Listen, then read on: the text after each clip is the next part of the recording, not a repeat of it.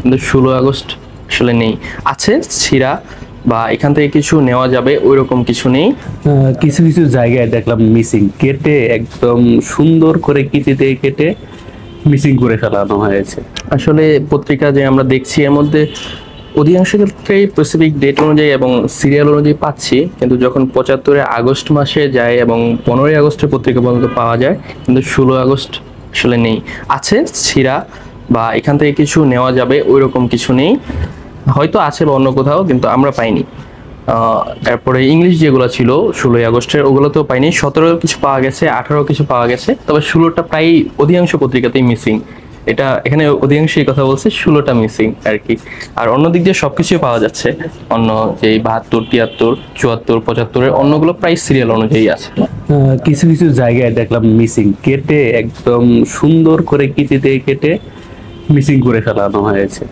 এবং ওই ভাই যেটা বললো যে 1975 সালের 16ই আগস্টের যেগুলা ঘটনা, হ্যাঁ সেগুলা বেশিরভাগই মিসিং।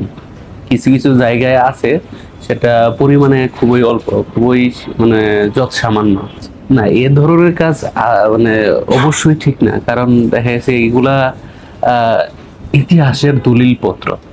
এটা থেকে আমরা অনেক কিছু জানতে পারবো। একটা পজিটিভ দিক, নেগেটিভ দিক দুদিকে আমরা জানতে পারবো।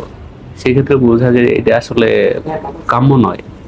72 থেকে 75 সাল পর্যন্ত পত্রিকার আগে দেখার সুযোগ হয়নি, তবে রিসেন্টলি মানে খুব ইচ্ছা থাকতেছিল যে পত্রিকাগুলো দেখবো। তবে লাইব্রেরিতে আসার পর বিভিন্ন ধরনের পত্রিকা দেখার পর বিশেষ করে আগস্টের প্রায় 10 থেকে 17 আগস্ট কিংবা 18-19 আগস্ট পর্যন্ত, তখন তো সংবাদপত্রের একটা স্বাধীনতা ছিল, এই পেপারের অনেক ইনফরমেশন মিসিং।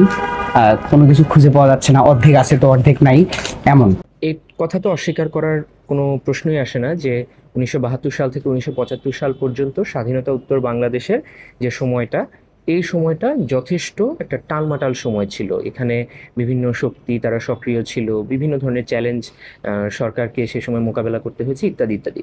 তো এখন যেটা প্রশ্ন হচ্ছে, এই ধরনের ঘটনাবহুল সময়গুলোতে যেই গুরুত্বপূর্ণ ঘটনাগুলো ঘটে, সেগুলোর কিন্তু আসলে মাল্টিপল ন্যারেটিভ থাকে। আমি গত বেশ কিছুদিন ধরে এখানে গবেষণা কাজ করছি 72 থেকে 75 নিয়ে, এবং একই সঙ্গে বলি যে আমার প্রায় 16 ঘন্টা কাজ করা হয়েছে এই লাইব্রেরিতে, এবং যে রিপোর্টগুলো আছে, তো এটি আসলে খুবই থ্রিলিং একটা এক্সপিরিয়েন্স। এবং আমরা যে তথ্যগুলো হয়তো প্রোপাগান্ডা হিসেবে জেনে এসেছি, সেগুলোকে দেখছি আসলে এটি পত্রিকাতে well documented. So it's a very very good experience. সব তথ্য আছে কিনা এটা একটু কঠিন একটা প্রশ্ন, কারণ আমরা আসলে অনেক উত্তর প্রজন্মের মানুষ, এবং সেই 72 থেকে 75-এর অনেক অনেক পরের প্রজন্ম বা জেনজি যেটাকে বলে আসলে।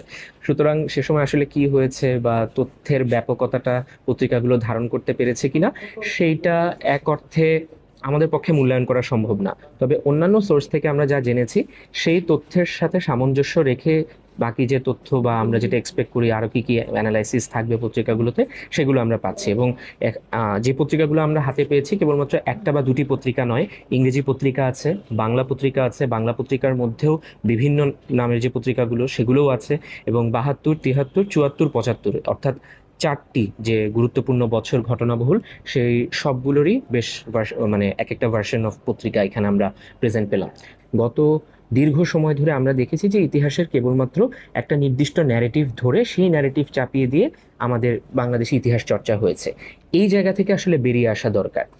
বিশ্বের উন্নত দেশগুলোতে আপনি খেয়াল করে দেখবেন যে এখন কিন্তু ইতিহাস নিয়ে গবেষণার ক্ষেত্রে, পড়াশোনার করার ক্ষেত্রে মাল্টিপল ন্যারেটিভ অ্যানালাইসিস করার সংস্কৃতি কিন্তু চলে এসেছে। সেই এক্সপেকটেশনটাই কিন্তু আমাদের বাংলাদেশের রাজনীতির যে জটিল সময়গুলো আছে সেগুলো নিয়ে হয়েছে।